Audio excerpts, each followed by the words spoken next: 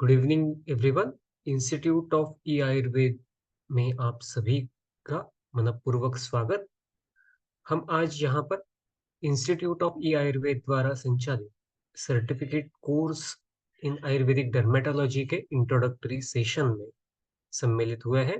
आप सभी का मनपूर्वक स्वागत। हम सब वैद्य हैं, तो वैद्य की आराध्य देवता भगवान धन्वंतरी जी को नमन करते हुए हम हमारे इस सेशन का आरंभ करें।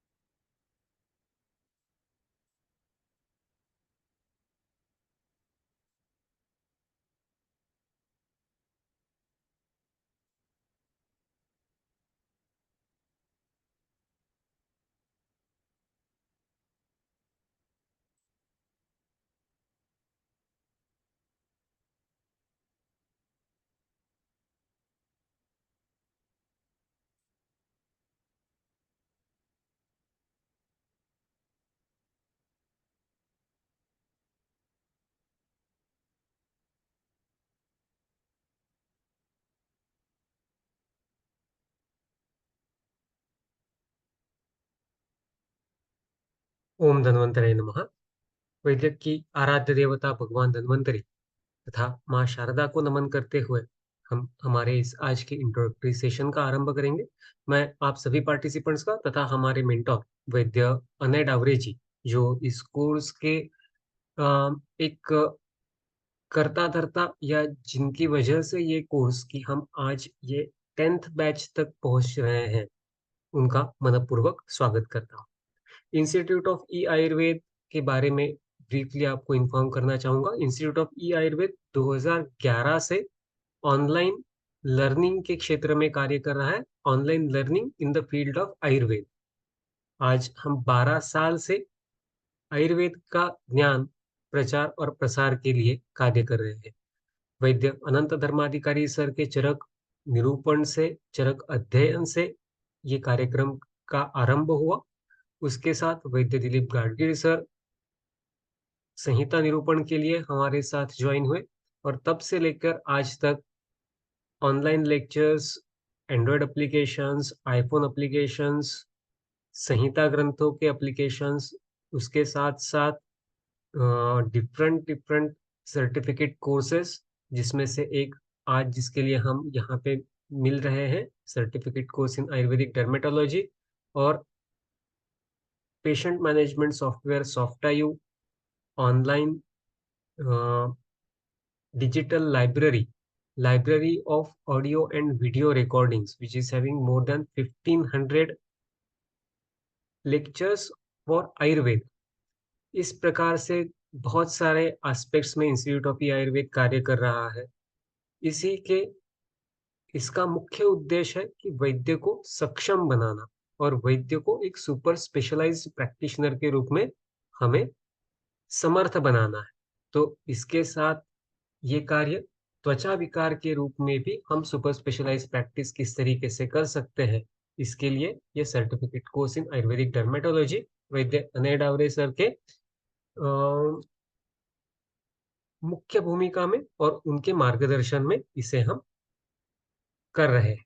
तो जो अनय डावरे सर है, बहुत सारे यहाँ पे जो श्रोतागण उपस्थित है वो उनसे सुपरिचित होंगे। हो सकता है कि आपने उन्हें प्रत्यक्ष बहुत सारे सेमिनार्स या कॉन्फ्रेंस में सुना भी हो और आपसे उनका संपर्क आया हो, लेकिन फिर भी आज के इस कार्यक्रम का एक औचित्य है कि उनका एक शॉर्ट इंट्रोडक्शन आपके सामने प्रस्तुत करो। Anay Daware sir BAMS MD इन द्रव्य गुण विज्ञान, लेकिन MD द्रव्य गुण विज्ञान में होते हुए भी अपना रिसर्च टॉपिक उन्होंने सिलेक्ट किया था कि comparative study of fluconazole with अरगवद फलमज्जा फांड। नॉन क्लिनिकल सब्जेक्ट कंसिडर करते हैं हम या पैरा क्लिनिकल सब्जेक्ट कंसिडर करते हैं, लेकिन उसमें भी क्लिनिकल काम हम कर सकते हैं। और ये भी दर्शाता है कि उन्होंने तब से ही तय किया था कि मुझे स्किन डिसऑर्डर्स में ही मेरा आगे का करियर डेवलप करना है। तो इतनी दूरदृष्टि के साथ जिन्होंने अपना अध्ययन शुरू किया था, जो बहुत सारे विद्वान वैद्य हैं, वो डोंबिवली से आते हैं। वहाँ पे बहुत पुरानी अ, वैद्य की परंपरा है। उनके गुरु वैद्य महेश ठाकुर सर, वैद्य विनय बेलनकर सर, उनके मार्गदर्शन में उन्होंने अपना आयुर्वेद का अध्ययन यूजी एंड पीजी कंप्लीट किया। आज 12 साल से सर खुद की सुपर स्पेशलाइज्ड स्किन की आयुर्वेदिक ट्रीटमेंट के सुपर स्पेशलाइजेशन और के रूप तौर पर कार्य कर रहे हैं, चिकित्सक के रूप में कार्य कर रहे हैं।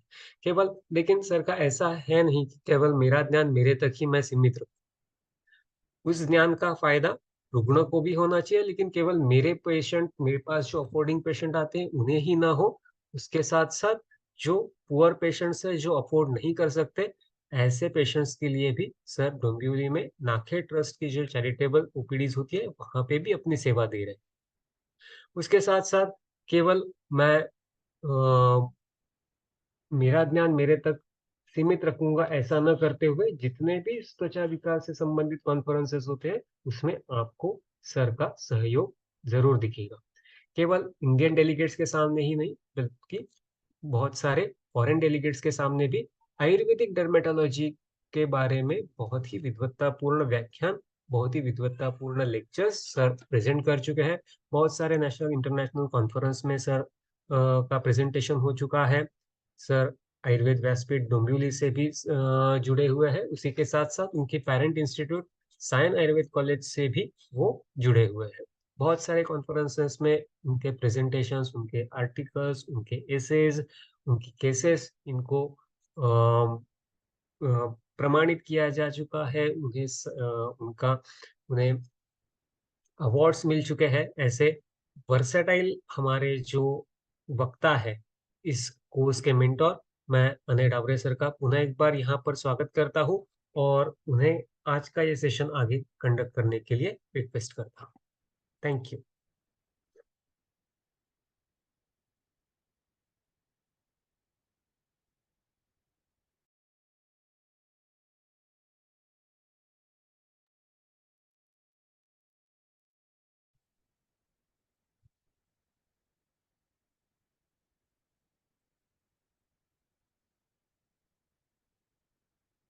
Okay. Willow sir, I'm perfectly audible. Yes sir. Yes. Namo Dhanvantare Namaha. Thank you, Willow sir, for my introduction, and thanks also to give me opportunity to take a 10th batch of certificate course in Ayurvedic dermatology. It's a basically a milestone, जो हमारे लिए milestone है, क्योंकि ये 10th batch शुरुआत होने वाली है। हम साल में दो ही बैच लेते हैं, एक जून में लेते हैं और दिसंबर में लेते हैं। सफर हमारा शुरुआत हुआ जून 2019 में, जब मैं सर को अवभाषिनी जो नेशनल सेमिनार था वहां पे मेरा लेक्चर था। तब मुझे विनोद भारती सर वैसा हमारी जान पे, लेकिन पर्सनली मिले, तब जाके हमारा सब्जेक्ट हुआ। एक दिन में डिसाइड हुआ कि हमें कोर्स लेना है। I don't know much about this because मैं नेशनल इंटरनेशनल सेमिनार्स में लेक्चर्स लेने को जाता था, बहुत जगह गया हूँ, ऑलमोस्ट ऑल ओवर इंडिया गया हूँ, थोड़ा सा नॉर्थ ईस्ट छोड़ के। बट ऐसा हुआ कि ऐसा ऑनलाइन लेना कितना होगा, कैसा होगा, लोग समझेंगे नहीं समझेंगे। But he said just relax, it's a one of the important source. और जिस बड़ी पर्सनैलिटीज का हमने नाम सुना, धर्माधिकारी सर, गाडगिल सर, ऐसे लोग इतने सालों से प्लेटफॉर्म बहुत प्रभावशाली पद्धति से यूज कर रहे हैं। ये सुन के मुझे बहुत अच्छा लगा, because that is the most important कि एक बहुत सीनियर लोग ऐसा करते हैं, और ऐसे प्लेटफॉर्म पे अगर वो मुझे बुला रहे हैं, so that is a precious thing for me. और होके हर एक बैच में अबाउट 80 70 80 90 100 ऐसे स्टूडेंट्स होके अभी हमने 9 बैच में 750 मोर देन 750 स्टूडेंट्स को कवर अप किया है। और उसमें कौन है आपको ये भी बताता हूं। उसमें ना जनरली ऐसा नहीं है कि सिर्फ आयुर्वेदिक प्योर आयुर्वेदिक प्रैक्टिस करने वाले, नो। उसमें जो प्रैक्टिशनर है उसमें है इंटर्न्स, पास आउट्स यानी इंटर्नशिप करके पास आउट जो न्यू कमर्स रहते हैं वो, इवन सीनियर आयुर्वेदिक प्रैक्टिशनर्स जिसके बड़े बड़े नाम है, मैं चाहिए तो एक आध दूसरे नाम का नाम ले सकता हूँ, जिसमें महेश बिरला सर जैसे बहुत सीनियर प्रैक्टिशनर उन्होंने भी किया। It's a honour for me. One of the thing की और एक सेक्शन है जो जीपीज, एलोपैथी जीपीज रहते हैं, आयुर्वेदिक रहते हैं लेकिन जीपी कर प्रैक्टिस करते हैं, उनको कहीं पे कहीं लगता है कि अपने प्रैक्टिस में स्टैग्निटी आ गई है, या हमें यहाँ पे आयुर्वेदिक प्रैक्टिस की कुछ ना कुछ हमें थोड़ा सा बोलते हैं कि ब्रशिंग की जरूरत है, या हमें डर्मेटोलॉजी कुछ ना कुछ सीखना है, या ये फील्ड हो सकता है क्या, इस हिसाब से कोर्स किया। और मैं आपको एक अच्छी चीज बताता हूं, they are doing very nice practice in Ayurvedic dermatology. अपनी एलोपैथी प्रैक्टिस छोड़ के separate some physicians from Haryana या अपने महाराष्ट्र की भी है, ऑल ओवर इंडिया के मैं बोल रहा हूँ, इसमें से हरियाणा और बाकी चीज यहाँ के बोल रहा हूँ, इवन आसाम के कुछ डॉक्टर्स हैं, वहां पे भी मैंने नोटिस किया कि दे आर डूइंग कि वो अभी टोटल आयुर्वेदिक प्रैक्टिस कर रहे हैं। मिस एलोपैथी का अपना चालू है लेकिन सेपरेट आयुर्वेदिक सेक्शन शुरू करके त्वचा रोग की प्रैक्टिस करें, they are getting very nice results. So basically it's a journey of total 9 batches, और अभी ये 10th बैच शुरुआत होने वाली है जो 12 दिसंबर से शुरुआत होने वाली है। अब कोर्स का पहले नाम सुनिए, it's a certificate course in Ayurvedic dermatology. Okay, it's ayurvedic. तो अगर मुझे पहले कोई पूछेगा सर इसमें आप hair PRP, microderma abrasions, derma roller, CO2 laser, इसके बारे में कुछ बताएंगे क्या, तो no, it's a basically ayurvedic dermatology. अपनी आयुर्वेदिक आयुर्वेदिक क्षेत्र में ही त्वचा रोग के बारे में इतना कुछ लिखा है कि बेसिकली वही एक्सप्लोर करना डिफिकल्ट है। आई एम जस्ट, मैं बोलता हूँ जस्ट मैं थोड़ा सा आगे खड़ा हूं, इतना ही मैं बोल रहा हूँ। ऐसा नहीं कि मुझे कुछ आयुर्वेद का बहुत कुछ आ रहा है, स्टिल फील मुझे आयुर्वेद का 4 से 5%, 4 to 5% आता रहेगा, बट एटलीस्ट उतना आता है। और मैंने डर्मेटोलॉजिकल प्रॉपर केसेस देखे हैं जो मैं उसकी ही प्रैक्टिस करता हूं, दैट्स वाई अपना फील्ड बहुत एक्सप्लोर, एक बहुत बड़ा है, और वो देखना है, that's why Ayurvedic dermatology. Even जो हम प्रोसीजर्स देखेंगे इसमें जो लेखन, प्रच्छान, क्षार कर्म है, बहुत सारे हैं, ये भी हम आयुर्वेदिक ही प्रोसीजर देखने वाले हैं, बिकॉज उसको ही आपको ग्लैमराइज करने की जरूरत है। First of all I want to do glamorize, हमें हेयर पीआरपी आपने कभी सुना रहेगा, बट वही क्षार सूत्र हमने कभी ग्लैमराइज नहीं किया उतना। Hair PRP so much glamorize, hair PRP का पर सिटिंग का लोग 8,000 7,000, सम प्रैक्टिशनर टेकिंग 3,000, लेकिन बहुत ज्यादा लेते, लेकिन वही सिंपल क्षार सूत्र स्किन टैक्स पे बगला उसका लोग 1,000 रुपए से भी कम लेते हैं। तो उसको ग्लैमराइज करने की जरूरत है, कब होगा, जब हम स्पेशलाइज एसओपी सीखेंगे और वही अपने क्लिनिक में अच्छी तरह से प्रेजेंट करेंगे। तो first of all it's a certificate Ayurvedic dermatology, जिसमें आयुर्वेदिक मेडिसिन से लेके आयुर्वेदिक प्रोसीजर सिखाई जाएगी। ओके, व्हाट इज द, इसका मोटो क्या है, बेसिकली ये कोर्स आपको देगा विजन, और ये कैसा है जो आपको इनविजिबल चीज है जो आपको दिखाई नहीं देती, या हमने सोचा नहीं रहेगा कि हमारे यहाँ पे ऐसा कुछ है, ऐसी चीजों का विजन देना। यानी हम सोचते हैं कि आयुर्वेदिक मेडिकेशंस, हाँ इतने हैं इतने हैं इतने हैं, बट अगर आपने कभी एक्सप्लोर किया रहेगा भैषज रत्नावली, भारत भैषज रत्नावली, तब आपको समझ में आएगा there are so many medications. Yes it is difficult to prepare, या बाहर मिलता नहीं है, but there are so many medications जो ऐसे लिखा है, यानी अगर आप देखोगे, सो तो स्पेशली अगर आप, हम बोलते हैं कि जलोदर जैसी चीजें हैं, उससे भी और एक कंडीशन आती है जिसमें बहुत बार स्टिकी मटेरियल जैसा कभी कभी असाइटिस यानी स्टमक में कलेक्ट होता है ओमेंटम लेयर पे, उसकी रिलेटेड मेडिकेशन ऑलरेडी अपने ग्रंथ में है, उसका प्रिपरेशन है, वी कांट नो, भैषज रत्नावली में है। तो ऐसी चीजों को डर्मेटोलॉजी के बारे में स्पेशली मैं आपको डेफिनेटली बताने वाला हूँ। डेफिनेटली जो मेडिकेशंस रहेंगे वो मैक्सिमम मेडिकेशंस रहेंगे, वो ग्रंथोक्त रहेंगे, ऑल ओवर इंडिया में, क्योंकि मुझे सिखाना है वो मेरे क्लिनिक में बैठे हुए स्टूडेंट्स को नहीं, या मुझे सिर्फ मेरे एरिया के लोगों को सिखाना है, मुझे ऑल ओवर इंडिया सिखाना है। तो मैं जो मेडिकेशन जो बोलता हूँ वो जनरली ग्रंथोक्त प्रिपरेशन देता हूँ। जो भी प्रोप्रिएटर मेडिसिन है उसकी मैं आपको लिस्ट भी देता हूँ, because it is one of the important कि आपके यहाँ पे वो अवेलेबल हो जाए। मोस्ट इंपॉर्टेंट विजन ऐसी रहेगी, समझो मैंने कोई आपको मेडिकेशन बताया, वो मेडिकेशन हमने क्यों दिया, that is the one of the thing जो हमें सीखना है। बिकॉज अगर आपके पास वो मेडिकेशन नहीं है लेकिन एटलीस्ट उसके रिलेटेड या उसके नजदीक वाले कोई कंटेंट वाले मेडिकेशन है तो हम डेफिनेटली यूज कर सकते हैं और उसको रिजल्ट आते हैं। And that shown by my previous 750 students में इसको बोल रहा हूं। क्यों आपको बताता हूं, बिकॉज मेरे अच्छे अच्छे आसाम वगैरह के स्टूडेंट्स है, उन्होंने दिखाया कि सर ये हमारे पास ये प्रिपरेशन नहीं था लेकिन आपने ये बोला था तो हमने उसी रिलेटेड ये नजदीक वाला प्रिपरेशन यूज किया तो हमें रिजल्ट्स आ गए। That is the thing and that is the important. आपको यही तो विजन देनी है कि आपको सिद्धांत समझ में आ गया, उस हिसाब से जो मेडिसिन मैंने बोला है वही नहीं लेकिन आपने आपने आपके दिमाग से यूज किया, दैट इज द, यही तो मुझे चाहिए। और एज अ टीचर ये सबसे बड़ा मैं बोलता हूँ कि उपलब्धि है या ऑनर है कि स्टूडेंट्स अपने दिमाग से मेडिसिन देते हैं। That is the most important Ayurveda. यही है, मैं आपको बताऊं, मैं बोला ना कि आयुर्वेद में मुझे 5%, आई थिंक 5% मुझे मालूम है और मुझे आपको वो दिखाना है। क्या दिखाना है? क्योंकि हम जो देखते हैं ब्रह्मांड, ये आयुर्वेद है ना, ये ब्रह्मांड की तरह है, बहुत सारी गैलेक्सीज है, सब है सब है सब है। लेकिन ये शार्क या जो भी फिश है उसकी तरह मैं हूं, मुझे ब्रह्मांड नहीं दिख रहा है लेकिन आई नो ब्रह्मांड है। लेकिन एटलीस्ट मेरे नेकेड आई से जो भी दिखता है वो एटलीस्ट मैं आपको दिखाना चाहता हूं। तो अगर आप बोल रहे हैं सर आप क्या सिखाने वाले हो, तो ये सिखाने वाला हूं कि बहुत बड़ा आकाश है, एटलीस्ट वो देखो। ब्रह्मांड तो आगे वाली चीज है, उसके लिए तो दूरबीन से जैसे बहुत सारी चीज, लेकिन ये सीखना जरूरी है जो आयुर्वेदिक डर्मेटोलॉजी में है। ओके, तो ऐसा एक बहुत अच्छा फील्ड है, स्पेशलिटी फील्ड है, सुपर स्पेशलिटी फील्ड है जिसमें हम काम कर सकते हैं। यानी ऐसा भी है कि समझो हमने बहुत सारे डिसीज सीख लिए लेकिन आप कोई स्पेसिफिक डिसीज का भी एक्सपर्ट बन सकते हो by taking more and more cases and giving results. That is the most important.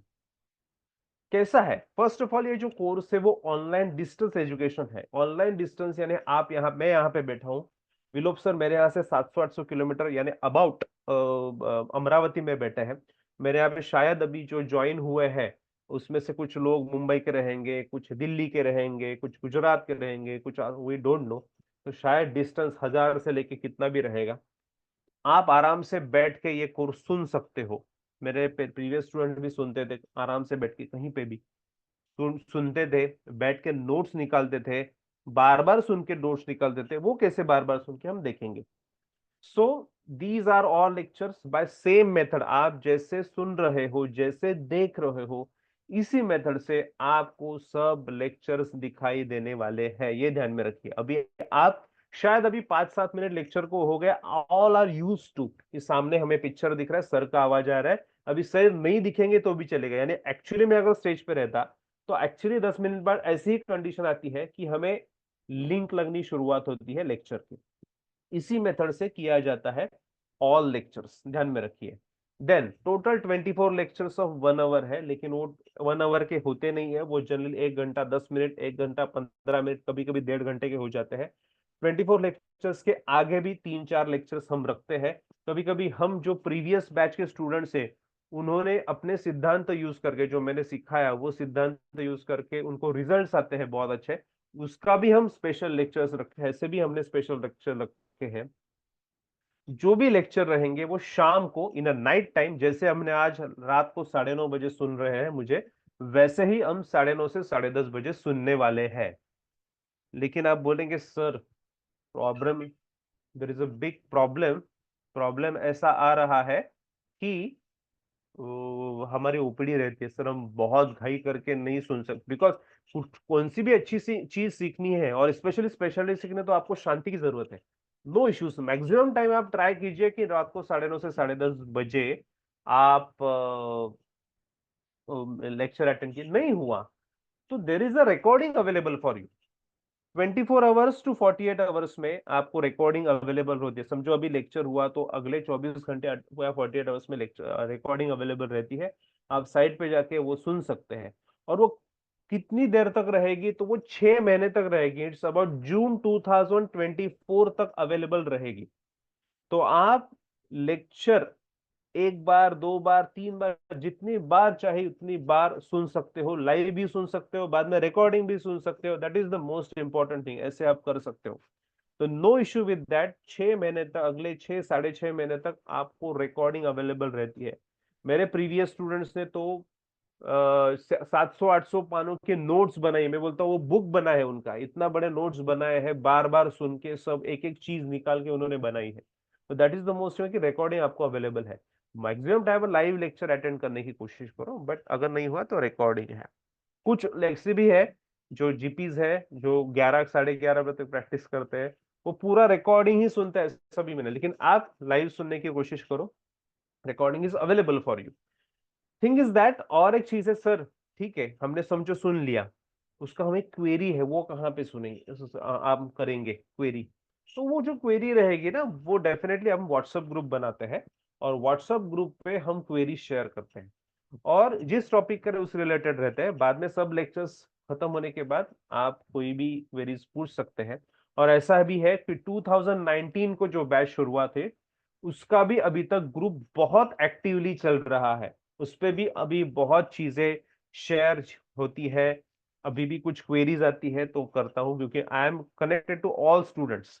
हाँ, अगर कोई इफ नो रिलेटेड क्वेश्चन या वही अगर क्वेश्चन पूछे तो I am not answering, but commonest जो जो रेयरेस्ट क्वेश्चन है, या जो हम बोलते हैं कि थोड़ा सा डिफिकल्ट है, हम बोलते हैं टैकल करना जरूरी है। जैसे कल हुआ ना कि 41 जो मजदूर है वो टनल से बाहर निकले, उसके लिए कुछ स्पेशलिस्ट बुलाए थे from Australian, specially Dix, doctor Dix जैसे आदमी है।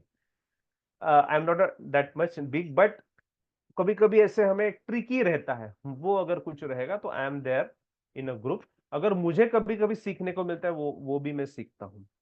व्हाट आर द टॉपिक्स, यहाँ पे कुछ बेसिक लेके और भी टॉपिक्स है, एनाटॉमी फिजियोलॉजी है, कैसे सीखते हैं हम ये देखेंगे। डायग्नोसिस कैसे करना है, डायग्नोसिस ट्रिक्स देखेंगे। ऐसा नहीं कि डायग्नोसिस किया, हाँ ये सोरियासिस है, अरे नहीं, उसको कैसे, why it is psoriasis, how I diagnose and how you should do, ये हमें समझना जरूरी है। Case taking, specially case taking है डिजाइन बाय मी ओनली, वो हम सीखेंगे, that is the most important. चिकित्सा सिद्धांत और जो आयुर्वेदिक सिद्धांत रहते हैं, बहुत सारे डिसीजेस है, psoriasis, fungal infection, eczemas, lichen planus, vitiligo, hair diseases, irritant contact dermatitis, herpes zoster से लेके mucocele, then macular amyloidosis, lichenified psoriasis से लेके बहुत सारे टॉपिक्स है, ये हम इसमें कवर अप करने वाले हैं। अगर आपने वो नेट वाला मैसेज देखा रहेगा लिंक वाला, तो वहां पे वो सब टॉपिक्स के ऑलमोस्ट सब नाम दिखे हैं। बच्चों में भी कैसे हम डोसेजेस रखते हैं उसके बारे में भी हम देखेंगे। भस्म के डोसेजेस कैसे बच्चों में देते हैं उसके बारे में भी देखेंगे। इमरजेंसी मैनेजमेंट, जब डर्मेटोलॉजिकल इमरजेंसी कैसे रहती है और उसको कैसे हैंडल करना है, ये भी हम देखेंगे। कल्प का डिकोडिंग क्या है, हमारा जो शस्त्र है, हमने डिसीज को चुन लिया, डायग्नोस कर लिया, सब चीज है, बट हमारा जो मेन शस्त्र है वो है हमारा कल्प, यानी मेडिसिन। और बहुत बार हमें उसके बारे मेडिसिन के बारे में मालूम नहीं रहता, यानी कब आरोग्य वर्धी देनी है, कब गंधक रसायन देना है। या मैंने देखा है बहुत सारे कॉलेजेस में, या बहुत सारे अभी भी आयुर्वेदिक प्रैक्टिशनर, उनका एक फेवरेट कॉम्बिनेशन रहता है, आरोग्यवर्धिनी, गंधक रसायन, महामंजिष्ठा दिक्पात। और मेरे क्लिनिक में शायद रेयरेस्ट टू रेयरेस्ट किसी केस में मैंने ये कॉम्बिनेशन दिया रहेगा। तो बेसिकली हमें मेडिसिन के बारे में जानना जरूरी है कि ये कौन से दोषकानाशक है, ये कहाँ पे जाके काम करता है, ये कफ पित्त नाशक है, ये रक्तगत क्लेद नाशक है, ये मांसपाचक है, या ये और कुछ काम करता है, ये स्राव शोषक है, ये रक्त प्रसादक है। ये हमें डिकोडिंग करना है, हम एक कल्प को डिकोड करेंगे, उससे आपको समझ में आने की जरूरत है। ऑलरेडी डिकोड कर किए हुए भी कल्पक की एक लिस्ट आपको बताई जाएगी कि ये कफवात चीजों पे होती है, ये कफ पित्तश पे होती है, ये बेसिकली रक्त प्रसादक है, इस ऐसे आपको लिस्ट भी दी जाती है। Cosmetology is not main subject here, cosmetology का बेसिक बताया जाता है, जिसमें एक प्रोसीजर है और हैजार्ड्स ऑफ कॉस्मेटिक्स के बारे में बताया जाता है। बेसिकली डर्मेट के यानी त्वचा रोग के दो टॉपिक ये होते हैं, स्किन डिजीज के दो डिवीजन होते हैं, डर्मेटोलॉजी और कॉस्मेटोलॉजी। तो बहुत जन का कंफ्यूजन होता है ये cosmetic, no, it's a basically dermatological course. Acne वगैरह टॉपिक है इसमें, no issues, but thing is that बाकी जो चीजें हैं, बहुत सारे चीजें हैं, उसमें हम ज्यादा देखते नहीं है, हम मेनली डर्मेटोलॉजिकल जो डीसीएस है उसके बारे में देखते हैं। और एक आपको और एक चीज बताता हूँ, हमें ना बहुत चांस है अभी डर्मेटोलॉजी के लिए। क्यों आपको बताता हूँ, तो मॉडर्न के लोग हैं, they are running behind cosmetology only, because ना वहां पे कम टेंशन लेके और by the procedures you got more money only, results वगैरह तो आगे वाली चीज है। So that's why they are less interested in dermatology now, they are more interested in cosmetology. तो ना अपना अपना सब्जेक्ट जो बोलते हैं कि आयुर्वेद का एक सिक्का या आयुर्वेद का एक बोलते हैं हुक्मी इक्का, वो निकालने के लिए अपने पास बहुत अच्छा टाइम है। तो इसमें आप अगर एक्सपर्टाइज करोगे तो डेफिनेटली आपको आगे बहुत स्कोप है। एक आपको बताता हूँ, 6-7 साल पहले ऑस्टियोलॉजी या जो जॉइंट पेन है वो टॉप की ब्रांच हुआ करती थी, बट थोड़ा सा भी डरमैट उसको क्रॉस करने लगा है, ये मैं आपको बता रहा हूं, because of many things, environmental changes से लेके बहुत सारी चीजें हैं, इवन कोविड में बोल रहा हूं, तब जाके स्किन डिसीज का प्रमाण बहुत बढ़ा है। उसका कारण भी बताता हूं, मानसिक कारण ये बहुत है, और त्वचा रोग में लिखा है मानसिक कारण की वजह से त्वचा रोग होते हैं, और इसकी वजह से हमें ज्यादा डर्मेटोलॉजिकल केसेस दिखने शुरुआत हुए हैं। एंड हम उसके लिए तैयार है ऐसे मुझे लगता है, जब हम प्रॉपरली सीखेंगे तब। अभी ये ठीक है सर, ये टॉपिक बीपी तो हमने देख लिए, पैटर्न कैसा है सीखने का, पैटर्न है आप हमें क्या बुक से पढ़ाओगे, यानी फर्स्ट महाकुष्ठ, देन क्षुद्र कुष्ठ, फिर महाकुष्ठ के 8 प्रकार या 6-7 प्रकार है वो सिखाओगे, क्षुद्र कुष्ठ के 11 प्रकार सिखाओगे?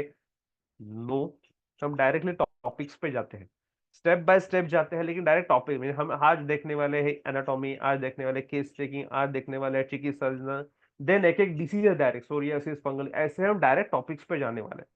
वहां से हम ग्रंथों को एक्सप्लोर करेंगे, लेकिन श्लोक में बहुत अटकेंगे नहीं। जो प्रैक्टिकल डर्मेटोलॉजी हम क्लिनिक में कैसे डीलअप करते हैं उस हिसाब से सीखने वाले हैं। ओके, यानी आपको ये बताता हूं अभी क्या है, जो भी चीज है ना वो सीखते समय ना समय सिंपल चीजों की जरूरत है। और मुझे लगता है कि बहुत क्लिष्ट बना के बहुत श्लोक पढ़ा के मुझे नहीं लगता कि हम डर्मेटोलॉजी या स्पेशलिटी सब्जेक्ट सीख सकते हैं। कॉलेज में भी शायद हमें इंटरेस्ट बहुत आता नहीं है, बिकॉज सब्जेक्ट को डिफिकल्ट बनाया जाता है और हमारा आयुर्वेद से इंटरेस्ट चला जाता है, ऐसा हुआ है। तो अगर सिंपल चीजों की वजह से जनरली मूवीज के बारे में हम सोचेंगे या देखेंगे तो हमें वहां से बहुत सारी चीजें आ गई। तो पहला मूवी तो अपने पास आ गया तो है, कुछ कुछ होता है। आपने सीन सुना है, देखा है ना, काजोल, काजोल और शाहरुख खान वो वॉलीबॉल खेले रहते हैं शायद है, और एक काजोल चिढ़ाती है राहुल इज अ चीटर, और फिर राहुल यानी शाहरुख खान चिढ़ता है, फिर से बोलती है राहुल इज अ चीटर, वो और चिढ़ता है और चिढ़ता है, ये चिढ़ाती रहती है, एंड लास्ट में वो उसका जस्ट रिस्ट मरोड़ देता है, ऐसा देखा गया। तो हम ऐसी गलतियां करते हैं ट्रीटमेंट में। यस, हम ये ट्रीटमेंट में गलतियां करते हैं।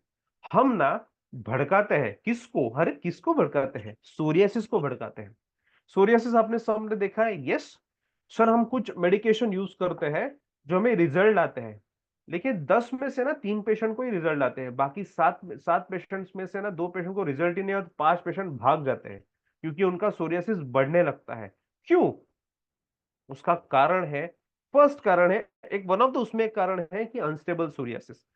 जब सोरियासिस बढ़ने लगता है या फास्ट बढ़ता है, यानी जो भी सोरियासिस है, पेशेंट बताता है कि डॉक्टर 1 हफ्ते पहले ना मेरा 10 सेंटीमीटर यानी फोराम रीजन पे थोड़ा सा था, और अभी आज ना वो पूरा आर्म रीजन पे भी चला गया है, पूरे नीज पे भी आना शुरुआत हुआ है।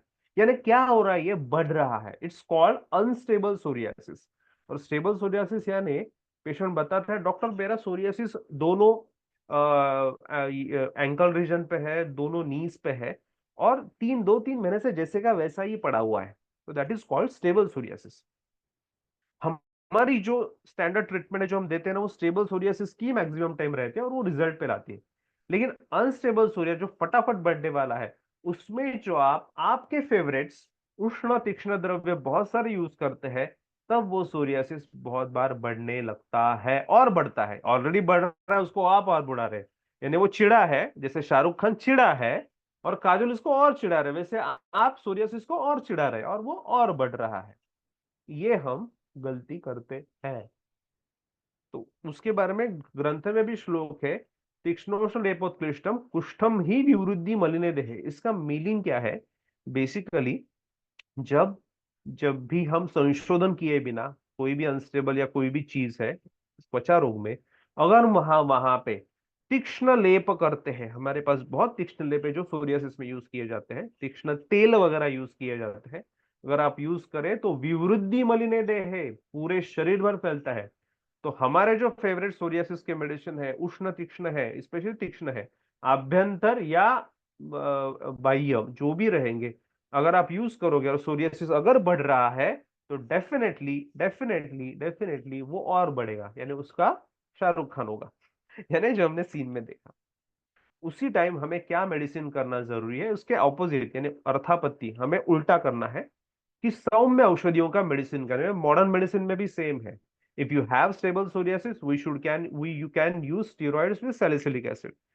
If have unstable use only emollients, यानी कोई स्निग्ध द्रव्य यूज करो। हमारे यहाँ पे भी वही लिखा है, शमन बाह्य औषधि सौम्य औषधियों का यूज करो, जिसमें शतधौत घृत है, पिंड तेल है, तुंग द्रुमादि है, इसका यूज करो। महातिक्त घृत है, लघु मंजिष्ठादिक्वाद है, मौक्तिक कामदुदा है, महातिक्त कषाय है, कैशोर गुगुल, इसका यूज करो। या शोधन में रक्त मोक्षण या विशोत्तर जैसे विरोचन का यूज करो, या कुछ उसका क्रम भी रख सकते हैं कि पहले रक्त मोक्षण करो, लंघन करो, उसके साथ मेडिसिन दे दो, विरेचन दे दो। ऐसा हम कर सकते हैं, जिसमें अनस्टेबल सोरियासिस वहां पे रुक जाता है, बढ़ता नहीं है। पेशेंट को रिजल्ट नहीं आते, लेकिन जो पेशेंट बताता है क्या डॉक्टर बढ़ नहीं रहा है, दैट इज द थिंग कि आपने अनस्टेबल को स्टेबल कर लिया, then we can use our favourites medications. ठीक है। तो ये कैसे करना है हम अपने लेक्चर्स में डेफिनेटली देखें, हमने ऑलरेडी देखा है लेकिन हम वहां पे और एक्सप्लोर करेंगे उसको। और एक मूवी आ गई बाहुबली, ब्लॉकबस्टर थी, जहाँ पे थोड़ा उल्टा है, यानी हम यहाँ पे बाहुबली ये विलन है और भल्लाल देव ये हीरो है। कैसे क्या है, हम सोरियासिस को ट्रीटमेंट देते हैं, सब बहुत जन को आदत रहती है दो मेडिकेशन लिखो, 1 TDS वगैरह मेडिकेशन का डोज लिखो। बट क्या है, सोरियासिस ना जायंट डिसीज है, उसको पकड़ने के लिए, उसको ठीक करने के लिए आपको ऐसे ना अंडू पांडू ट्रीटमेंट देने की जरूरत नहीं है, आपको बहुत अच्छा स्ट्रॉन्ग मेडिकेशन मैनेजमेंट की जरूरत है। तो बेसिकली सोरियासिस है वो बाहुबली की तरह है, और बहुत बार अपनी जो ट्रीटमेंट रहती है वो रहती है भल्लाल देव की तरह। यानी हम इतनी सी ट्रीटमेंट और बोलते हैं डॉक्टर को रिजल्ट नहीं आता, नहीं आता क्योंकि आपने जो मेडिकेशन दिया है, आपने जो डोसेजेस दी है, वो बेसिकली गलत दी है ना। आपको मेडिसिन बढ़ाना है, अच्छा सोच के मेडिसिन देना है, और देन आपको सोरियासिस हाथ में आ सकता है। पंचकर के बारे में सोचना है, सब चीजों के आहार के बारे में सोचना है, तब जाके सोरियासिस ठीक होता है। तो ये आपके कुछ सामने है कि समझो सोरियासिस की ट्रीटमेंट है, तो अभ्यंतर में घृतपान में इंदुकांत घृत, कल्प में रसमाणिक्य, बाउची, विडंग मंजिष्ठा, गंधक रसायन है, गोमूत्र नर्तकी है, स्वानंदवटी है, रसपाचक है, आरगवरीरी कषाय है, और बाह्य यानी एक्सटर्नल अर्क तेल है। ये बेसिकली एक स्टेबल सोरियासिस की ट्रीटमेंट है। ऐसे आपको मैनेजमेंट करना है, उसके साथ आपको शोधन वगैरह देना है, जो जरूरत है उस हिसाब से देना है। ऐसे आपको सोचने की जरूरत है। ऐसा नहीं मैंने गंधक रसायन दे दिया, आरोग्य दे दिया, बस इतने सारे मेडिकेशंस की आपको जरूरत विथ गुड डोसेजेस की जरूरत पड़ती है। ये अगर आप दोगे तभी सोरियासिस आपके हाथ में आता है, नहीं तो नहीं आता। घृतपान से लेके सब मेडिकेशन, अभी ये सब सोरियासिस के लिए यूज करना है तो डेफिनेटली नॉट। ये सब ग्रंथोक्त मेडिसिन से it's available easily in market, और ऐसे ही हम डायरेक्टली कल्प सीखने वाले हैं। हम चरक में ये लिखा है नहीं, हम चरक के सिद्धांत लेंगे, उसके बिना तो हिलता नहीं है कुछ। बट चरक सुश्रुत वाग्भट सिद्धांत लेंगे, लेकिन उस धरती पर जो मेडिकेशन है वो हम यहाँ पे यूज करने वाले हैं। तो हर एक सोरियासिस के लिए चलेगा तो डेफिनेटली नहीं चलेगा, कौन से स्पेसिफिक टाइप में ये चलता है ये हम देखने वाले हैं अपने लेक्चर्स में। ओके। तो मैं जब गया था, और सोरियासिस के बारे में इतना क्यों बता रहा हूं, बिकॉज सोरियासिस बहुत सारे डिसीजेस की ट्रीटमेंट की एक कवर अप देता है, नॉन इन्फेक्टिव स्पेशल। यानी सोरियासिस आप अगर सीखोगे तो you can cover up 50 to 60% of the cases in dermatology, ये ध्यान में रखिए। तो सोरियासिस हम 3 लेक्चर्स लेते हैं, तो अबाउट 4 घंटा हम सोरियासिस सीखते हैं, तब आपको समझेगा अरे इतना। इतने मेडिकेशंस, इतने सब चीज है, तो आपको समझ में आएगी 50% केसेस सोरियासिस सीखने के बाद ही आपको समझ में, यानी कवर अप होता है, इतना फास्ट होता है सोरियासिस जब टॉपिक होता है। तो जब मैं यूरोपियन डेलीगेट्स पे लेक्चर दे रहा था, वन ऑफ द थिंग, तो मैंने उनको बताया, ये 3 फोटो दिखाए थे, तो मैंने बताया कि या इसको आप क्या बोलते हैं, तो दे आर ऑन, एक ऑस्ट्रिया की थी, एक जर्मन की थी, एक स्विट्जरलैंड की थी, वो अपने अपने लैंग्वेज में सोरियासिस को बोल रहे थे, but at the end the word is psoriasis. बराबर। आयुर्वेद में सोरियासिस वर्ड है क्या? तो आयुर्वेद में सोरियासिस वर्ड नहीं है। उस टाइम जो भी नाम था, जो भी नॉमेनक्लेचर था, उस हिसाब से बेसिकली कीटीप से लेके बहुत सारे नॉमेनक्लेचर, लेकिन दोष दुष्य से हिसाब से उसमें हम मेडिसिन यूज करते हैं। यानी ये तीनों पिक्चर सोरियासिस के हैं, लेकिन तीनों के प्रेजेंटेशन देखिए कुछ अलग अलग ही आपको दिख रहे हैं। दूसरा मोस्ट इंपॉर्टेंट है, इसमें मेडिकेशंस भी चेंज होते हैं टोटली। ऐसे नहीं सिर्फ मेडिकेशन देने तो का अपना जो एक स्टैंडर्ड ट्रीटमेंट वो देंगे, ट्रीट नहीं होता है। इसका सेकंड रीजन है, बिकॉज दोष के हिसाब से उसके प्रेजेंटेशन में, सोरियासिस के प्रेजेंटेशन में चेंजेस होते हैं। In Indian skin, I am talking about Indian skin, ये तीनों इंडियन स्किन के ही फोटो है। बराबर। इंडियन स्किन का मैंने बोलना उद्देश्य किया, बहुत बार हम जो बुक्स लेते हैं डर्मेटोलॉजी के, दिखते हैं नेट पे फोटो देखते हैं, वो बहुत बार फॉरेनर्स के देखते हैं। हमें इंडिया में रहना है तो Indian types of skin disease के हिसाब से देखना बहुत जरूरी है। तो that's why typical Indian skin है, और वहां पे सोरियासिस के डिफरेंट टाइप्स दिखते हैं, फिर भी हमें ट्रीटमेंट अलग अलग करने की जरूरत है। इवन तीसरा भी ऐसा है कि आप जिस एरिया में रहते हो, यानी समझो मैं डोंबिवली में रहता हूँ या मुंबई एरिया में रहता हूँ, तो वहां पे बेसिकली दलदल है।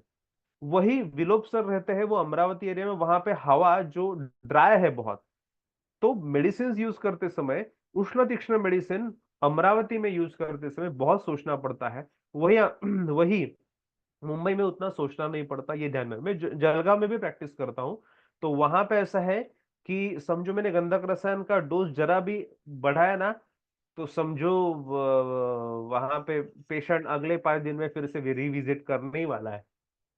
क्योंकि या ऐसा रहता है कि रिस्क लेके दे दो, यहाँ पे तो हाँ कितना भी डोज देंगे तो भी चलता है मुंबई में, लेकिन वहां पे इतना सा भी डोज बढ़ा है ना तो भी रिस्क लेना है कि पेशेंट, हाँ इसको देखना है, नोटेड करना है, ये 5 दिन में 10 दिन में आता है कि नहीं। तो ये भी रहता है कि हमारे ट्रीटमेंट कभी कभी उस हिसाब से भी सफल नहीं होती। ओके। ये तीनों जो देखे हमने उसकी हम ट्रीटमेंट देखने वाले हैं। देन डर्मेटोफाइटोसिस, ये commonest of all fungal infection है। मैं तो इसको नेशनल ईच डिसीज बोलता हूँ, यानी फंगल इन्फेक्शन बोलता हूँ। फंगल इन्फेक्शन को नेशनल ईच डिसीज मैं उसको मैंने नाम दिया है। तो वो ट्राइकोफाइथॉन माइक्रोस्पोरम एपिडा ऐसे होता है, कॉन्टेजियस रहता है, इन्फेक्शंस ये है। आयुर्वेद के हिसाब से वो कफ पित्त या दद्रु में आता है। और हम आज के जमाने में देखते हैं कि बहुत बार ऐसा रहता है, फंगल इन्फेक्शन के जो केसेस रहते हैं वो एक ही पेशेंट में हमें ठंडी में भी फंगल इन्फेक्शन दिखता है, गर्मी में भी फंगल इन्फेक्शन दिखता है। दोनों के प्रेजेंटेशन भी अलग रहते हैं। इट इज हैपन, ऐसे देखा गया है, ड्यू टू दिस मॉडर्नाइजेशन, या बहुत सीमेंट, या बहुत ये जो हीट बढ़ने की वजह से, या ओवरऑल जो ग्लोबल वार्मिंग है पोल्यूशन की वजह से, ऐसा दिखता है कि एक ही पेशेंट में 2 types of species of different genera ऐसे दिखते हैं। तो एक जो रहता है वो हॉट वेदर में सर्वाइव होता है, एक वो रहता है वो कोल्ड वेदर में सर्वाइव रहता है, उसकी कॉलोनाइजेशन बढ़ती है, और उसकी वजह से दोनों सीजन में फंगल इन्फेक्शन दिखता है। ऐसा कोई सीजन नहीं रहता जिसमें पेशेंट को फंगल इन्फेक्शन से रिलीफ होता है। पहले एक 15 साल पहले ऐसा था कि ठंडी के सीजन में फंगल इन्फेक्शन के पेशेंट कम दिखाई देते थे, लेकिन अभी ऐसा नहीं है। इफ यू सी, होता है कि हमें 12 ही महीने आते हैं और इचिंग की वजह से बहुत इरिटेट होते हैं। And you can't believe, fungal infection भी एलोपैथी के लिए भी ऑल्सो चैलेंजिंग हो गया है। पहले के जमाने में, यानी कुछ साल पहले, एलोपैथी वाले हाँ फ्लूकोनोजल लिखो या कुछ और लिखो, ठीक है दे दिया। अभी एलोपैथी डर्मेटोलॉजिस्ट भी, अगर आपके पास उनके पास फंगल इन्फेक्शन का पेशेंट आए, तो मिनिमम 3 मंथ्स ऑफ ट्रीटमेंट की जरूरत है, ऐसे बोल के जाते हैं। तो इट्स अ गुड एक्चुअली संधि है कि हम फंगल इन्फेक्शन जैसी चीजें अच्छी तरह से सीखें और उसमें ट्रीटमेंट में काबिल बने। वाई रिकरेंस हैपन, ये भी हमें जानना जरूरी है। बिकॉज कैसा है, हमने अब ट्रीटमेंट दी, हाँ सर हमने ट्रीटमेंट दी थी, लेकिन पेशेंट को 10 दिन रिलीव मिला, फिर इससे ठीक हो गया, फिर इससे बढ़ गया, और पहले जैसे ही हो गया। या कुछ बोलते हैं हमने पेशेंट डॉक्टर को, सर हमने 3 महीने पेशेंट को ट्रीटमेंट दे दी, पेशेंट को अच्छा लगा, लेकिन 15 दिन बाद वो फिर से आया पूरा बढ़ा के। It's happen due to lack और defective of cell mediated immunity. ऐसा मॉडर्न में लिखा है और इसका डायरेक्टली आयुर्वेद से संबंध है, जिसमें हेतु रिलेटेड हमें संबंध दिखता है। तो ये रिकरेंस यानी कॉज ढूंढना जरूरी है कि फंगल इन्फेक्शन क्यों बार बार होता है। That is the most important thing. अगर आप ये नहीं ढूंढोगे तो आपको पेशेंट डेफिनेटली फिर से आते रहेंगे। तो हेतु सेवन के बारे में जानना जरूरी है, जिसमें आयुर्वेद में बहुत बड़ी चीजें या बहुत एक्सप्लोर करके लिखा है। इसके बारे में हम डेफिनेटली देखेंगे लेक्चर्स में। ये क्या चित्र है? ये बेसिकली फंगल इन्फेक्शन के मेडिकेशन है। आरोग्यवर्धिनी है, सूक्ष्म त्रिफला है, पैशुर गुगुल है, पंचतिक्त घृत गुगुल है, गंधक रसायन है, उशिरा सब है, खजूर, बहुत सारी लिस्ट सर आपने लिखी है। सर इसमें से तो हमारे पास सब मेडिकेशंस है। लेकिन मैं आपको बताऊं, ये मैंने ब्रेन का फोटो क्यों डाला है? इट्स बेसिकली कंफ्यूजन कि कौन से प्रेजेंटेशन या कौन सा फंगल इन्फेक्शन रहे, या किस किस तरह या कौन सी अवस्था में फंगल इन्फेक्शन आए, हमें कौन सा मेडिकेशन देना है मालूम नहीं। नहीं तो हमारा क्या रहता है, हाँ हम ना आरोग्यवर्धनी, कृमि कुठार, कामदुदा दे के रखते हैं। थोड़ा नहीं फर्क पड़ा, आरोग्यवर्धनी को हटाते, चलो कैशोर गुड़ को डालते हैं, डाल के तो देखते हैं, चलो आगे पर फिर से नहीं ठीक हो रहा है क्या, तो एक काम करते हैं, वो कृमि कुठार को हटा के ना हम ना सूट शेकर को डालते हैं। नहीं नहीं, कामदुदा को हटा, ये हमारी प्रैक्टिस रहती है जनरली। हम ऐसे नहीं सोचते, हाँ ये आ गया, एटलीस्ट ये 3 मेडिकेशन मेरे फिक्स है, नहीं रिजल्ट आया तो हाँ ये इस धरती पर ये medication can be change, but my सिद्धांत इज नॉट चेंजिंग कि ये तरह का प्रेजेंटेशन है।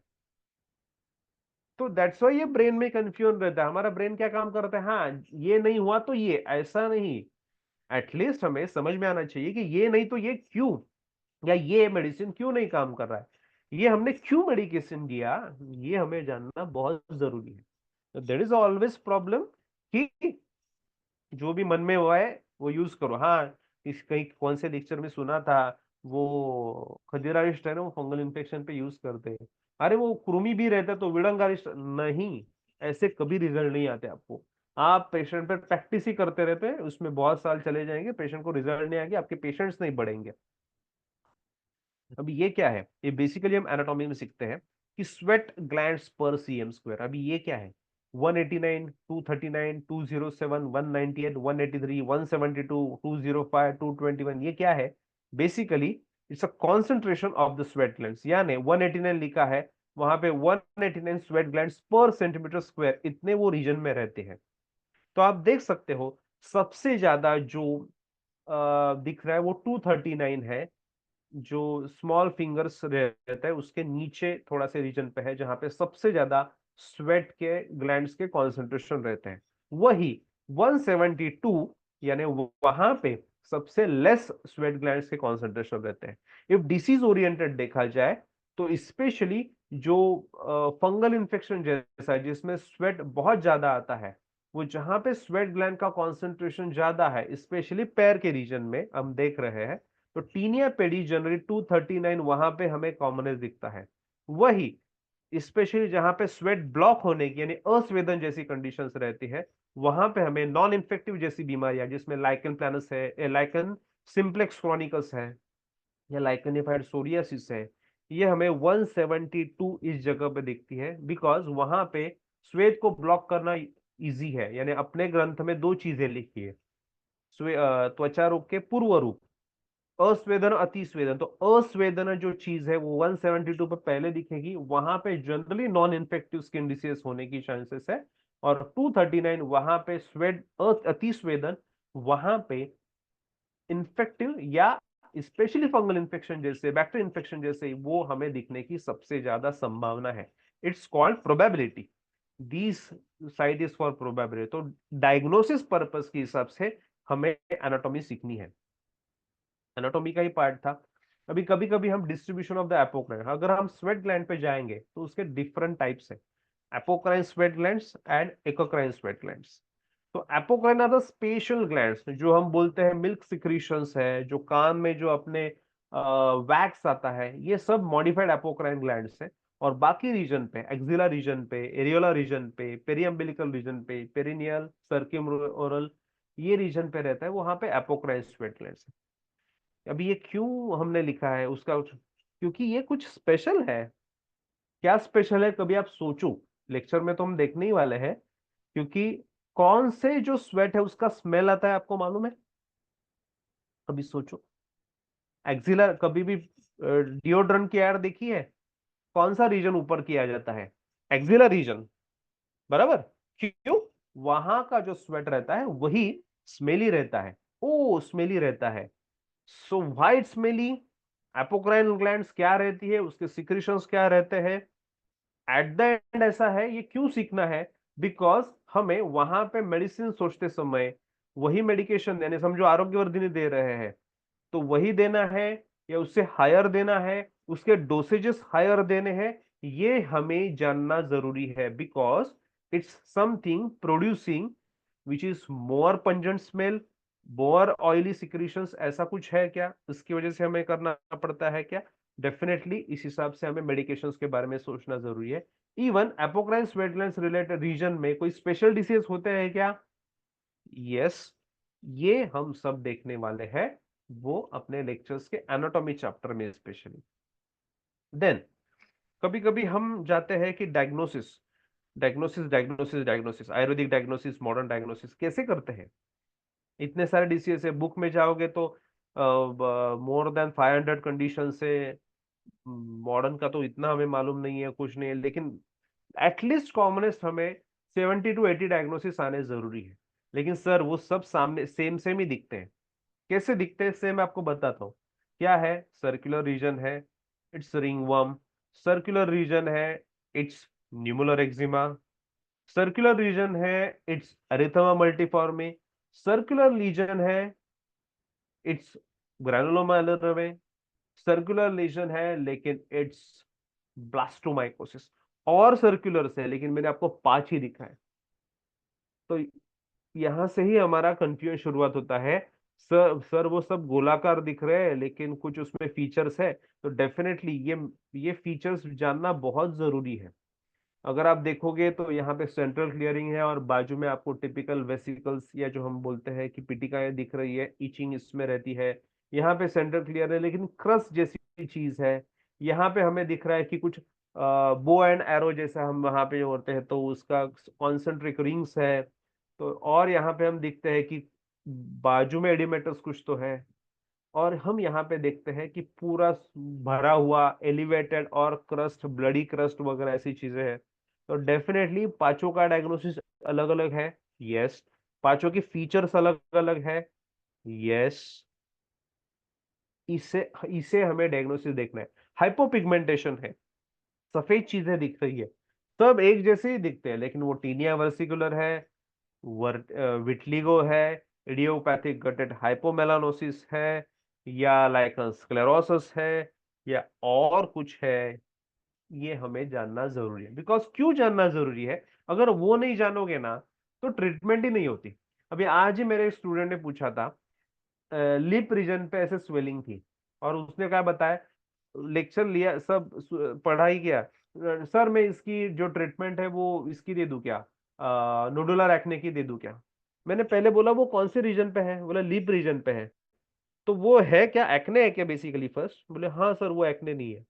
तो बोला वो, उसको क्वेश्चन पूछो बच्ची को कि वो ओट चबाती है क्या? हाँ चबाती है। अरे उसकी वजह से वो म्यूकोसिल है, वो उसको मेडुलर एक्ने की ट्रीटमेंट है, उसको सिंपल टंकण मलम लगाओगे ना, या अगर इफ यू हैव कॉन्फिडेंस अग्निकर्म करोगे ना, तो वो भी आपका ठीक होगा। वो नोडुलर एक्ने की इतनी बड़ी ट्रीटमेंट देने की क्या जरूरत है? तो दैट्स व्हाई डायग्नोसिस इंपॉर्टेंट। कभी कभी ऐसा रहता है कि आपके सामने ऐसे कोई केस आता है, it's a basically systemic case, systemic disease रहता है, लेकिन हम अलग तरीके से सोच के उसकी ट्रीटमेंट देते हैं। और कभी कभी ऐसा भी हो सकता है, डिजास्टर डिजास्टर, पेशेंट की कभी कभी डेथ, या पेशेंट कभी इमरजेंसी में जा सकता है, लेकिन आपको वो डायग्नोसिस ना समझ के आने की वजह से आप अलग तरह की ट्रीटमेंट देते बैठते हैं। That's why diagnosis is most important. Allopathy gives us permission कि उनके पास बहुत सारी चीजें लिखी है, तो उनके जो चीजें लिखी है ना, हम यूटिलाइज करें और अपने आयुर्वेदिक ट्रीटमेंट के लिए यूटिलाइज करें। क्यों? बिकॉज हमें अपना संप्राप्ति है, हमें जो आयुर्वेदिक चीजें हैं वो समझने में आएगी, नहीं तो कभी समझ में नहीं आएगी। क्योंकि ये ब्लास्टोमाइकोसिस है, हमारे सामने डायरेक्टली आ गया तो हम क्या लिखेंगे, हाँ उच्छेद है, सब है, ठीक है। उतना अगर आपके पास विजन रहेगा आयुर्वेदिक, डेफिनेटली आप डायरेक्टली ट्रीटमेंट दे सकते हो। बट बहुत बार ऐसा रहता है अपना आयुर्वेदिक साइड थोड़ा सा वीक रहता है, बहुत वीक रहता है, मैं बोलता हूँ। कॉलेजेस में क्या सिखाया जाता है सब मुझे मालूम है। तो बेस पक्का नहीं रहेगा तो प्रॉब्लम रहती है। तो एटलीस्ट ब्लास्टोमाइकोसिस नाम तो लिखा है, उसका यूज करके हम उसकी आयुर्वेदिक एटलीस्ट संप्राप्ति तैयार कर सकते हैं, उसको बना सकते, उस हिसाब से मेडिकेशन सोच सकते हैं। That is the most important. Okay, तो हमारे सामने हम जब भी एक होता है कि हमारे क्लिनिक में जब भी कोई त्वचा रोग का या कोई भी छोटा बच्चा आता है तो मैक्सिमम टाइम रहता है कि refer to any senior practitioner और डर्मेटोलॉजिस्ट। स्पेशली त्वचा रोग का आ गया तो उसकी मैंने कुछ समझ में नहीं आता, हम क्या करते हैं, रेफर टू डर्मेटोलॉजिस्ट। लेकिन 2 महीने का अगर बेबी रहेगा, वो भी हम आयुर्वेदिक मेडिकेशन से ट्रीट कर सकते हैं, अगर आपको मेडिसिन मालूम रहेगा और देने में कॉन्फिडेंस रहेगा। अगर आपको डोसेजेस सिस्टम मालूम रहेगी तब जाके होगा, नहीं तो नहीं होगा। नहीं तो 2 महीने का बच्चा आएगा, 2 साल का बच्चा आएगा, स्किन का लेके आएगा, वो जनरली छोटे बच्चों का रहता है ना स्किन का प्रॉब्लम, वो बहुत एग्रीवेटेड दिखता है, छोटे से रहते हैं ना, तो छोटा सा भी रीजन तो एकदम एग्रीवेटेड दिखते हैं। दैट्स वाई हम डर जाते हैं, अरे हम मेडिसिन, जनरली क्या डर रहता है, मेडिसिन दे दिया और बढ़ गया तो जनरली पेरेंट्स को अपने बच्चों को कुछ हुआ, या अपनों को भी अपने बच्चों को कुछ हुआ तो ज्यादा तुरंत हम भड़क जाते हैं। वैसे ही हर एक प्रैक्टिकल की समझो हमने मेडिसिन दे दिया और समझो बढ़ गया तो क्या करेंगे, बड़े का एक बार चल सकता है, छोटे का नो। अगर आपको अच्छी तरह से मेडिकेशंस मालूम रहेंगे, सिद्धांत मालूम रहेंगे, डोसेजेस मालूम रहेंगे, तो 2 महीने का अगर अगर बच्चा आया तो आप ट्रीट कर सकते हैं। ये और एक चीज बताता हूँ, छोटे बच्चे ना ट्रीटमेंट को बहुत फास्ट रिस्पॉन्ड करते हैं, तुरंत यू टर्न लेते हैं, एकदम से बड़ा हुआ रहता है और विद इन 48 आवर्स में ऑलमोस्ट वो गया ऐसा दिखता है। छोटे बच्चे ट्रीटमेंट को बहुत फास्ट रिस्पॉन्ड करते हैं, ये ध्यान में रखिए अच्छी तरह से। सिर्फ हमें सिद्धांत के हिसाब से परफेक्टली जाना है। हमारे पास एलोपेशिया एरियाटा के केसेस रहते हैं, बराबर है। This all 6 pics of alopecia areata, लेकिन डिफरेंट डिफरेंट प्रेजेंटेशन के हैं। Patchy, reticular, diffuse, ophiasis, reverse ophiasis, alopecia totalis. और एक चीज है एलोपेशिया यूनिवर्सलिस, जिसमें शरीर पे कोई बाल नहीं रहता। अभी ये सब में हमारी कुछ ना कुछ हर एक हम जो कुछ ना कुछ ट्रीटमेंट करते हैं, कहीं पे लेक्चर में सुना है या कुछ, कोई जल जयपाल यूज करता है, कोई गुंजा यूज करता है, कोई गुंजादी तेल यूज करता है। मैंने तो देखा है कि गुंजादी तेल यूज करने के बाद बाल गए हैं, और या जयपाल यूज करने के बाद बाल गए, ये मैंने देखा है। क्यों? क्योंकि हमने अवस्था ही नहीं देखी। हर एक चीज में जयपाल या गुंजादी ऐसा यूज करना है या नहीं यूज करना है, कहाँ पे हमें रुकना है, कहाँ पे हमें फास्ट ट्रीटमेंट देनी है, कहाँ पे हमें लीच थेरेपी करनी है, कहाँ पे हमें रक्त मोक्षण करना है। जब तक हमें इंद्रलुप्त की जो संप्राप्ति है, जिसमें वात पित्त से बाल जाते हैं, कफ रक्त का आवरण होता है, ये हम अच्छी तरह से दिमाग में फिट नहीं करते, तब तक हमारी एलोपेशिया एरियाटा की ट्रीटमेंट या इंद्रलुप्त की ट्रीटमेंट बहुत बार फेल होती दिखती है। कुछ पेशेंट में आते हैं रिजल्ट, लेकिन कुछ पेशेंट उल्टा फिर जाते हैं, यानी ज्यादा बढ़ता है। क्यों होता है? उसका रीजनिंग एटलीस्ट हमें मालूम रहना जरूरी है। एक्चुअली रीजनिंग मालूम रहेगा तो हमारी ट्रीटमेंट भी परफेक्ट होती है, दैट वी नो। तो ये जो एक one of the important topic है, वो हम ट्रीट करें। मेरे यहाँ पे तो एलोपेशिया टोटालिस से लेके यूनिवर्सलिस से बहुत सारे केसेस ऑलरेडी ट्रीटेड है। मेरे पास उसके फोटो भी है, शायद मैंने ग्रुप पे शेयर भी किया रहेगा। टोटल स्मूथ, और वो चैलेंज लेके ट्रीट किया है कि हाँ ये करना है। पेशेंट ऐसा रहता है, अरे हम बड़े बड़े लीलावती में यहाँ वहां जाके ये कौन डॉक्टर ट्रीट करेगा। पेशेंसफुली बोलते हैं ना, keep calm and do your work, same है। अपने सिद्धांत यूज करो, अपने चीजें जो भी है वो अच्छी तरह से करो, you will definitely get result in 3 months 4 months, जो भी है उसमें आपको रिजल्ट आएंगे। तो that is the most important. क्षार भी क्या है, हम सब सीखते हैं, लेकिन एक जो टॉपिक है जो सुश्रुत संहिता में है, उसमें क्षार है। और अगर आप प्रतिसारणीय क्षार देखोगे, उसमें अगर पहले 3 4 लाइन देखोगे तो कुष्ठ, किटिब, दद्रु, कृमि, किलास, अर्बुद, सुप्ति, इंद्र ग्रंथि, दुष्टव्रण, नाड़ी, चर्मकील, कीलकालक, न्यक्ष, व्यंग, मशक, बाह्य विद्रदी, यानी इतने सारे स्किन डिसीज में ही प्रतिसरणीय क्षारों का हमारे यहाँ पे वर्णन किया है, और ये one of the neglected topic है। मैं बता दूं कौन से प्रैक्टिशनर है जिसके क्लिनिक में एटलीस्ट प्रतिसरणीय का क्षार का मलम है? कोई भी रहेगा, टंकण मलम है या कोई भी रहेगा, है बहुत कम लोगों के। क्यों? और ये one of the big skin disease का वन ऑफ द बिग जो बोलते हैं कि कवर अप करने वाला टॉपिक है, कि इतने सारे डिसीज में प्रतिसरण यानी एक्सटर्नल यूज करने वाला क्षार बताया है। और हमारे क्लिनिक में यानी इतना बड़ा ब्रॉड स्पेक्ट्रम मेडिकेशन है, और हमारे क्लिनिक में प्रतिसरण क्षार ही अवेलेबल नहीं है, कोई एक्सटर्नल यूज करने वाला क्षार ही अवेलेबल नहीं है। तो ये टॉपिक के बारे में हम बहुत अच्छी तरह से सीखेंगे, because it is one of the top topic जो हम अपने क्लिनिक में यूज करके या क्षारीय द्रव्य हम यूज करके बहुत अच्छी तरह से छोटे छोटे डीसीएस 100% ट्रीट कर सकते हैं।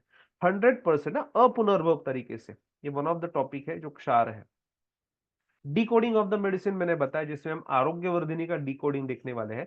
This is the cover page of the Arogyavardhini book by Ayurveda व्यासपीठ, जो ऑल ओवर इंडिया की एक बहुत बड़ी आयुर्वेद संस्था में काम करने वाले टॉप मोस्ट एक संस्था है, उसका बुक है, प्रकाशन है उसका, आरोग्यवर्धिनी।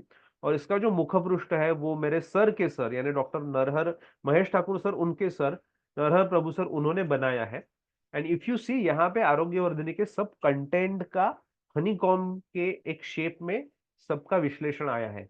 यानी पारद है, गंधक है, अब्र है, लोह है, त्रिफला है, शिलाजतु है, चित्रक है, कुटकी है, और इस निम्ब की भावना है। ये सब कंटेंट एक ही इसमें दिए हैं।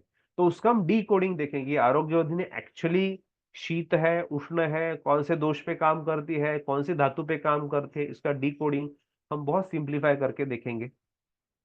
इसके बाद जो मेरा सबसे फेवरेट रहता है कि मैंने ये सिखाया तो मेरे कुछ प्रीवियस स्टूडेंट्स हैं, उन्होंने उनके फोटो है वो मुझे शेयर करने की परमिशन दी, बिकॉज दे नो कि सर ने जो सिखाया वही हम कर रहे हैं। और some success stories of the previous batch participants, बहुत अच्छे सक्सेस स्टोरीज है। It is one of the worst case जो सोरियासिस की रहती है, एरिथ्रोडर्मा, केरला की वैद्य थी, सीएडी बैच दिसंबर 2019 की। ये पेशेंट के बारे में मैं तो जब सिखाऊंगा और ग्रुप पे भी इसके बारे में पूरा डिस्क्रिप्टिव ट्रीटमेंट वगैरह सब डालूंगा, बिकॉज ये प्रेजेंट भी की थी उसने केस। ये one of the worst case है एरिथ्रोडर्मा की, बिकॉज ये पेशेंट रोबोट की तरह आया था, रोबोट की तरह चल रहा था। He give only two options to this doctor, Kerala वाले डॉक्टर को, कि एक एक तो मुझे सुसाइड करने को दो, नहीं तो ठीक करो। The option is only two. And she, ठीक है, उसने मुझे फोन किया था, बिकॉज नए प्रैक्टिशनर डर जाते हैं ऐसे है। मेरे स्टूडेंट है, मैंने उसको पूरा गाइड किया, and she got very nice results in erythroderma. It's almost totally cure, खेती में काम करने वाला है, और वेरी नाइस रिजल्ट्स। ये तो आपको सामने दे, उसके आगे भी और अच्छे रिजल्ट्स है। पूरा क्लीन आप देख सकते हो, वो मैं आपको ग्रुप पे हम शुरुआत करेंगे और तो कोर्स करेंगे तो उसी टॉपिक रिलेटेड मैं डेफिनेटली भेजता हूँ वो। देन डोंबिवली के डॉक्टर है, हर्पीज लैबियालिस की केस है, वो अच्छी तरह से ट्रीट की है। Molluscum कॉन्टेजियोसम, one of the Vaidya from Dombivli, बच्चों में है and got treated very nicely. One of the planter psoriasis from one of the Vaidya from Varun, यानी महाराष्ट्र का रीजन का है, एंड गॉट ट्रीटेड। पुणे के वैद्य है, एटॉपिक एक्जिमा जैसी केस है, उन्होंने ट्रीट की है केस। ये तो अमरावती की वैद्य है, सर के यहाँ की। इन्होंने कभी क्षार सूत्र लगाया नहीं था एक्रोकॉड्रॉन पे, और बहुत डर रही थी, हेड रीजन पे था, and used this thing and got 100% result. You can see 100%, totally cure को 100% बोलते हैं। सम one of the Vaidya from Kerala, ऐसे नॉन हीलिंग वुंड थी, बाय मींस ऑफ ट्रीटमेंट ये उन्होंने ट्रीट की। ये तो मैं बताता हूँ, एक मेरे बीड़ के डॉक्टर है, उनकी वो तो ये है, एडवर्टाइज है। यानी मैंने उनको बोला था, उन्होंने डायरेक्ट बोला, सर आप यही यूज करो, एडवर्टाइज है, मेरा नाम मत डालो, ये बाकी का कट करो, ये आप डालो डायरेक्ट। तो it's advertise of that basically. तो उसमें एलोपेशिया एरियाटिक की ट्रीटमेंट की है उन्होंने, ही सोरियासिस की ट्रीटमेंट की है, और वो अभी उसी केसेस का यूज करके यानी पहले बोलते थे सर हम ना नेट के फोटो यूज करते थे सोरियासिस वगैरह के, अभी हम अपने ही पेशेंट के सोरियासिस के पेशेंट निकालते हैं, बिफोर और आफ्टर के रिजल्ट आते हैं और अपने ही एडवर्टाइजमेंट के लिए यूज करते हैं। एंड इससे बड़ी उपलब्धि और क्या हो सकती है? That is the most important. तो ऐसे हम करते हैं। ऐसे बहुत सारे केसेस प्रीवियस बैचेस ने स्टूडेंट्स को ट्रीट कर रहे हैं, और डेफिनेट कंटिन्यूस वो ग्रुप पे चालू ही रहता है। आई फील वेरी हैप्पी कि अभी तो शायद ऐसा है कि more than treated cases more than 70-80 से ज्यादा रहेगी, इतनी एक एक केसेस 70-80 नहीं, शायद सर ने काउंट किए रहेंगे तो 100, मोर देन 100 केसेस को ट्रीटेड किए हैं। तो उनका भी अगर लेक्चर रखना है, लेकिन time is the problem.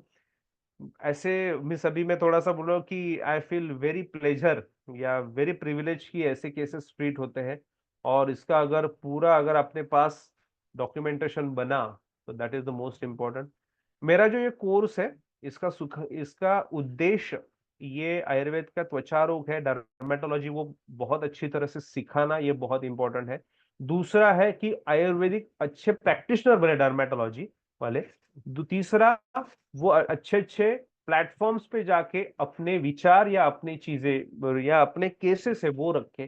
That is the most important, because knowledge ऐसा रहेगा कि आपने कुछ केस पढ़ी है, आपके आपने आपने एक केस के बारे में पढ़ा है, आपके पास वो केस आई, आपने उसी से अपनी ट्रीटमेंट दी, उसके बारे में दिमाग लगाया, युक्ति लगाई, यानी जिसको आयुर्वेद में बोलते हैं, और ट्रीट की।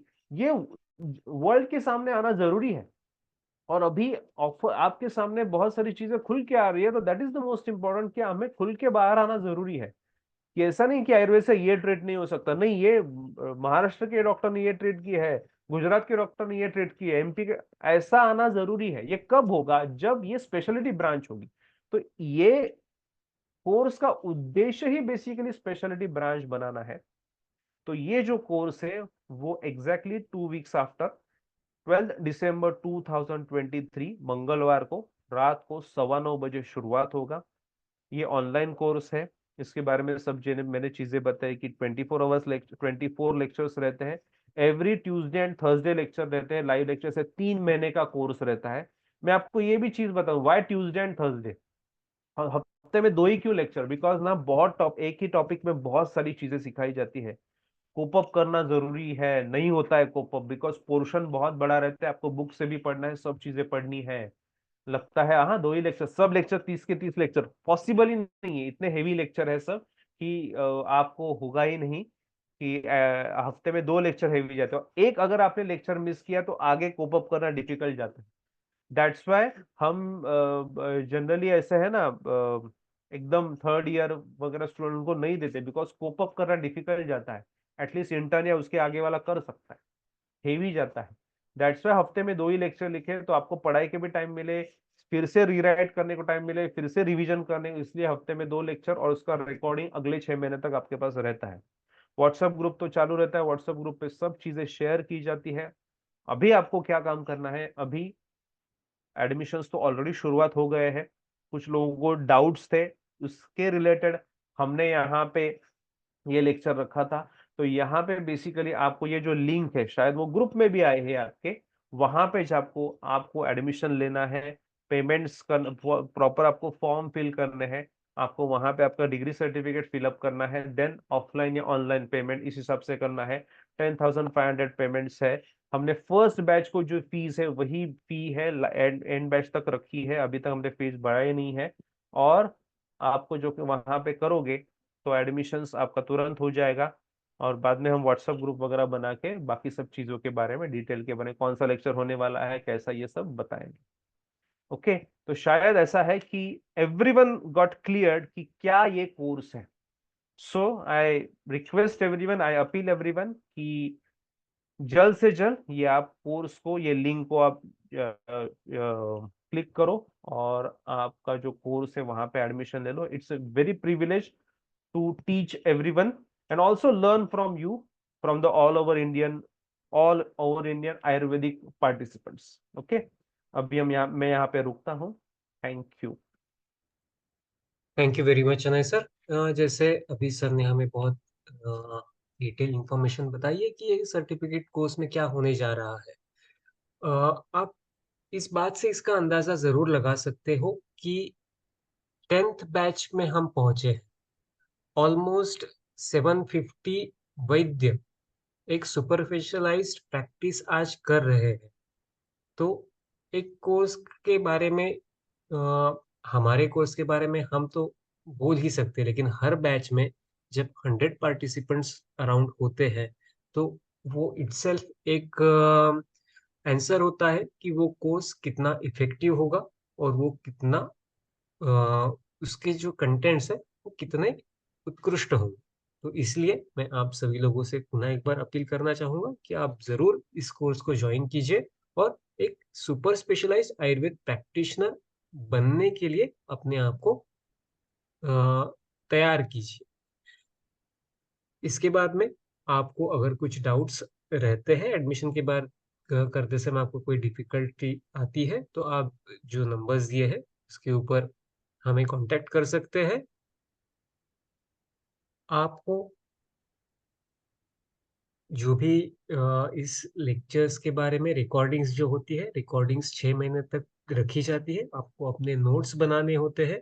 हम हमारे नोट्स अगर बनाते हैं तो वो जो इंफॉर्मेशन होती है वो हम बहुत अच्छे से हमारे पास डॉक्यूमेंटेड रहते हैं। तो इसलिए हमें हमारे नोट्स बनाने हैं, ये भी उतना आवश्यक बात होती है।